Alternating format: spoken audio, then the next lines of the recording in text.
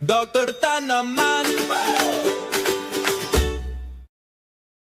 Halo, ketemu lagi. Tonton tayangan penjelasan ini sampai habis dan jangan di-skip, agar Anda mendapatkan pemahaman tata kelola sistemik dan alur keputusan strategis yang relevan dengan pembahasan bab 7. Pastikan Anda menyimak dari awal hingga akhir. Nah, kali ini kita akan membahas sesuatu yang seringkali menjadi pembeda antara kesuksesan dan kegagalan di lapangan, tata kelola atau governance. Sebelum masuk ke pembahasan utama, mari kita lihat terlebih dahulu garis besar yang akan dibahas dalam bab 7 ini. Kita punya 5 topik utama yang akan kita kupas tuntas. Mulai dari pentingnya tata kelola itu sendiri, meluruskan anggapan bahwa ini bukan sekedar birokrasi, mengenali 5 unsur pokoknya, melihat seperti apa alur informasi yang sehat, dan pada akhirnya, bagaimana kita bisa membangun budaya tata kelola ini agar tahan lama di organisasi kita. Masuk ke bagian pertama. Oke, mari kita bedah lebih dalam mengapa tata kelola ini mutlak diperlukan. Seringkali kan kita berpikir begini, kita sudah punya pakar yang cerdas dan tim lapangan yang super aktif, sistem perlindungan tanaman pasti aman dan berjalan mulus. Tapi tunggu dulu, kenyataannya, tanpa adanya tata kelola yang mengikat semuanya, keahlian teknis sehebat apapun dijamin akan gagal. Kenapa? Karena tanpa sistem, kita akan langsung jatuh ke pola reaktif, panik saat penyakit sudah parah. Setiap divisi asik jalan sendiri-sendiri secara fragmentaris, dan kelangsungan sistem jadi sangat personalistik, alias cuma bergantung pada 1 atau 2 orang pahlawan saja. Nggak sehat kan? Lalu apa sih sebenarnya tata kelola itu? Singkatnya, tata kelola itu ibarat jembatan yang menghubungkan hal-hal teknis di lapangan dengan strategi tingkat atas. Ia adalah arsitektur kerja yang kuat.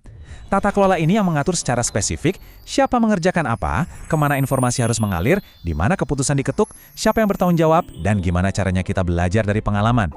Tujuannya cuma satu, memastikan ilmu pengetahuan biologis yang kita punya itu gak cuma berujung jadi teori di atas kertas, tapi benar-benar berubah jadi tindakan nyata yang menyelamatkan tanaman.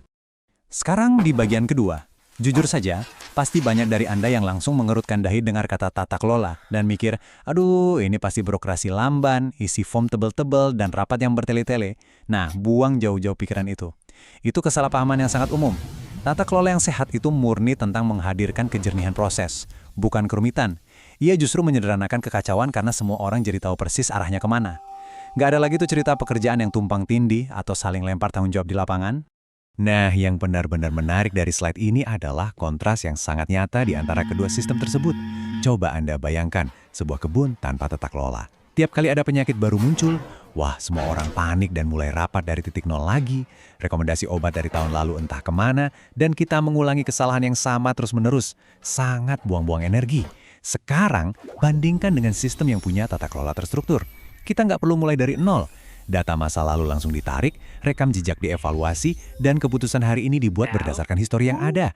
Efisiennya luar biasa. Lanjut ke bagian ketiga. Agar jembatan tata kelola tadi bisa kokoh, ada 5 unsur pokok yang sama sekali nggak bisa ditawar. Kelima hal ini tuh ibarat kepingan puzzle yang saling mengunci rapat, dan kalau disatukan, mereka membentuk perisai pelindung yang sangat kuat untuk tanaman kita. Ingat ya, kalau satu unsur saja hilang, keseluruhan sistem ini bakal pincang dan rapuh. Apa saja kelima unsur itu? Pertama, kejelasan peran. Harus super jelas siapa yang ngecek kebun, siapa yang lapor, dan siapa yang ambil keputusan. Kedua, alur informasi yang lancar dan nggak macet di tengah jalan. Ketiga, forum keputusan, tempat di mana data yang masuk diubah jadi action. Keempat, ini krusial banget, akuntabilitas. Siapa yang bertanggung jawab untuk eksekusi dan tenggat waktunya kapan. Terakhir, yang kelima, sistem evaluasi untuk sarana kita belajar. Coba deh, tanpa akuntabilitas, rekomendasi secanggih apapun cuma bakal jadi dokumen usang di laci meja manajer kan? Di bagian keempat, kita membahas urat nadinya organisasi, alur informasi keputusan. Aliran data ini benar-benar hidup matinya sistem peringatan dini kita. Kalau datanya mandek, sinyal ancaman dari lapangan akan terlewat, dan bos-bos di manajemen akan bikin keputusan pakai asumsi, bukan fakta. Data dari lapangan memang harus naik ke atas, tapi prosesnya nggak stop di situ. Harus ada umpan balik, instruksi, dan hasil lab yang turun kembali ke tim lapangan. Kalau alur baliknya ini putus, tim di bawah pasti lama-lama bakal demotivasi dan merasa, buat apa ngumpulin data capek-capek kalau nggak ada tindak lanjutnya. Mari kita lanjut, dan lihat bagaimana proses ini terbangun selangkah demi selangkah. Semua ini selalu bermula dari pengamatan awal di titik terbawah, yaitu ketika ada gejala aneh di lapangan. Kalau gejalanya beresiko tinggi, data itu difilter dan dieskalasi naik. Di tahap ketiga, data yang sudah matang ini dibawa ke level manajemen untuk menghasilkan sebuah tindakan yang disepakati bersama. Dan yang paling ujung, kita tutup siklus ini dengan evaluasi hasil untuk mengukur apakah tindakan kita tadi benar-benar manjur. Runtut dan sangat logis, bukan? Nah, titik kumpul paling penting dari perjalanan data tadi letaknya ada di sini. Forum evaluasi. Disinilah momen magicnya terjadi, tempat bertemunya dua dunia yang logikanya seringkali beda jauh. Di satu sisi, tim teknis ngomongin soal patogen, ekologi, dan infeksi daun. Di sisi lain, tim manajemen ngomongin soal duit, target tonase, dan efisiensi budget. Forum evaluasi inilah jembatan kokoh tempat bahasa biologi tadi diterjemahkan menjadi bahasa bisnis dan strategi jangka panjang yang masuk akal. Kita sampai di bagian kelima, sekaligus yang terakhir, membangun budaya tahan lama. Jadi, poin krusialnya di sini adalah bagaimana kita memastikan sistem yang sudah keren ini gak cuma jadi pajangan atau cuma jalan pas ada instruksi bos saja. Banyak loh organisasi yang jago bikin SOP berlapis-lapis di atas kertas, tapi prakteknya nol besar. Sistem tata kelola yang sejati itu nggak boleh cuma bergantung sama satu figur juara di perusahaan. Dia harus dibiarkan mengakar kuat dan pelan-pelan bermutasi menjadi budaya dan kebiasaan sehari-hari. Akar sistem ini benar-benar langgeng, ada 4 fondasi utamanya. Pertama, sistem ini harus diciptakan sesuai dengan realitas lapangan, bukan hasil kopas teori entah dari mana. Kedua, wajib hukumnya ada komitmen penuh dari pimpinan tertinggi, bukan sekedar tanda tangan tapi turun tangan. Ketiga, aturannya harus fleksibel dan adaptif. Kalau dirasa terlalu ribet buat yang kerja di kebun, ya direvisi.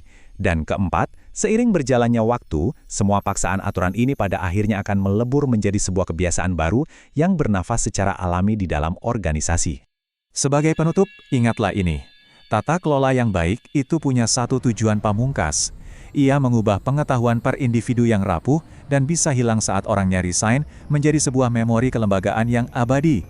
Jadi pertanyaannya untuk Anda, apakah organisasi Anda saat ini sudah punya memori kelembagaan yang kuat atau masih bergantung pada 1-2 orang super saja? Tayangan penjelasan ini merupakan kelanjutan dari seri bab 1 hingga bab 6. Jika Anda belum menyimaknya, link seluruh seri tersebut telah tersedia di deskripsi di bawah. Pastikan Anda menyimak semuanya untuk mendapatkan pemahaman yang utuh dan menyeluruh tentang sistem kesehatan tanaman. Tanaman sehat, Indonesia kuat.